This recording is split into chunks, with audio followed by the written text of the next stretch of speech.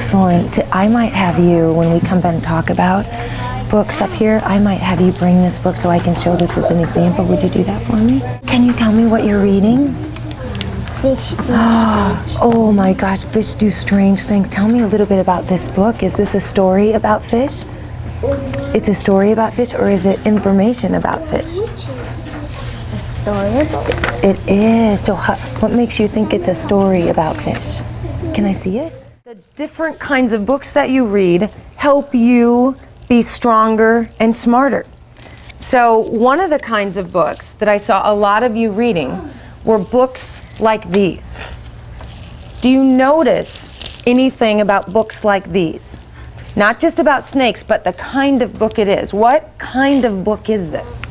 That it talks about snakes. It's going to give me information about snakes. Can you say that? It's going to give me some information. And so that's what we call these kinds of books.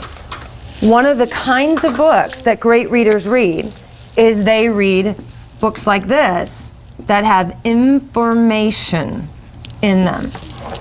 Information in them. And then another kind of book that I see us reading are books that tell a what? Tell a story. So that's one of the most important things I notice about great readers, is they know the difference. So that when they pick up a book like this, they're not thinking, oh, I'm going to hear a story about snakes. They know, oh, I'm going to be reading information about snakes. Do you think I'm going to read information about a dinosaur? Or do you think this is going to be a story about dinosaurs? A story. Good, it's going to be a story. One of the clues that told me that as a reader, before I even got into the book, share with the neighbor what made you think it was a story. Do you see the difference on even the front cover? This dinosaur doesn't look what? Real. It doesn't look real. In the book story, it's about a little what? Boy. It's about a little boy. And Brooklyn, what did you tell me about it? The little boy did what? Bad choice. He had some bad choices. Yeah, he wasn't making good choices, was he? What else is in the book story? If you are a good reader, this is what you talk about. You talk about the book. But remember what kind of reader you told me you were? You're not just good readers. What are you? Better. Great. You are great readers. You are great readers. And here's the difference. Good readers can only talk about what's in the book. Great readers know a secret. That every time a writer tells a story, he is telling two stories. Did you hear what I just said? Yes. Every time you are reading a story, or you're listening to a story, or you're seeing a story like in a movie, there's really two stories. There is the book story, and that's important, but the best story is what we call the life story. And let me tell you why only great readers know about this. Because the life story you can't find in the book. The life story you have to think about in your head and in your heart. Can you show me where the life story is? It's in your head and in your heart. The life story means that this really isn't a story about a little boy.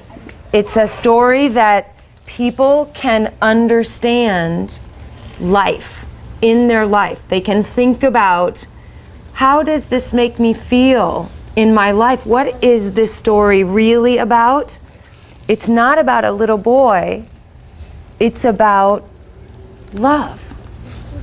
Because no matter what, because it's not just about David, it's about a mom and her child. And in life, if I think about Moms and their children, what do I know about that? They really, really love each other. Yes, they really love, and even if a child does something naughty or makes bad choices in life, what does the mom do? Love. She loves the child no matter what. So here's why that's such a secret, because David did not write you a note and say, "Dear reader, in case you didn't know the secret, this story is really a story about love." But you know what? Great readers get that. This is what's the beautiful thing about thinking in terms of a unit experience. That if I do too much or not enough on one day, I'm looking at the end of this 2 to 3 week conversation. There is no right or wrong sequence. As long as at the end, they get that point. The rest of the week, or 2 weeks, is just revealing how I figured it out in this simple book. And then testing that out on another book, which would make sense that it is also a book about love between a mother and a child. And the planning part of it is I want to make sure what pattern I'm going to repeat. So these few days, I would just reveal my work in Know David. I would show them my thinking out loud. When did I figure out? So at the very basic essence of plot, it is character, what their problem is, and what the problem looks like at the end. The events in the middle, if we skipped all of those and we went to the last page, this would be resolution. Davy, come here. Okay, what's going to be the first book that I'm going to reveal that to? And that's when I picked Know David. And then I thought about, so in the first week, what I really want to do is just give them the idea that there are 2 stories. It's a book and a life story, just like I said. That's the first week. And then the second week, I want them to try it out in repeated stories with the same theme of love. So that by the 2 weeks in, 10 minutes a day, we would be every day being able to put all of our books up and even on that chart, book story, life story, even photocopying the front cover and having a chart with the word, these stories were stories about love. And then the photo of, or the scan of Know David would be there, Kissing Hand would be there, of Kuala and then so then the next set of stories we read would be maybe about friendship and the titles of all those stories, so kids could start categorizing themes. And at the end of 3 weeks, then I would maybe release a little more responsibility and I would read a story and so maybe one of the weeks it was love and the next one was friendship, and they would have to decide, this is really a story about blank. And they would have to fill in that blank. You could draw it, you could write it, but you will have to tell me this story is really about what topic. And that would be kind of my assessment, like I did with the 3 friends together. They would have to be able to infer.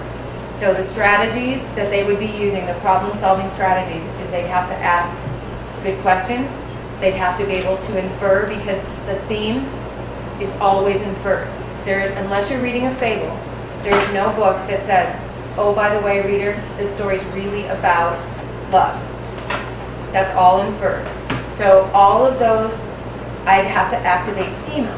So I'd be using schema because I would have to be able to know, oh, it's like this, or it reminds me, because the life story is all about connections.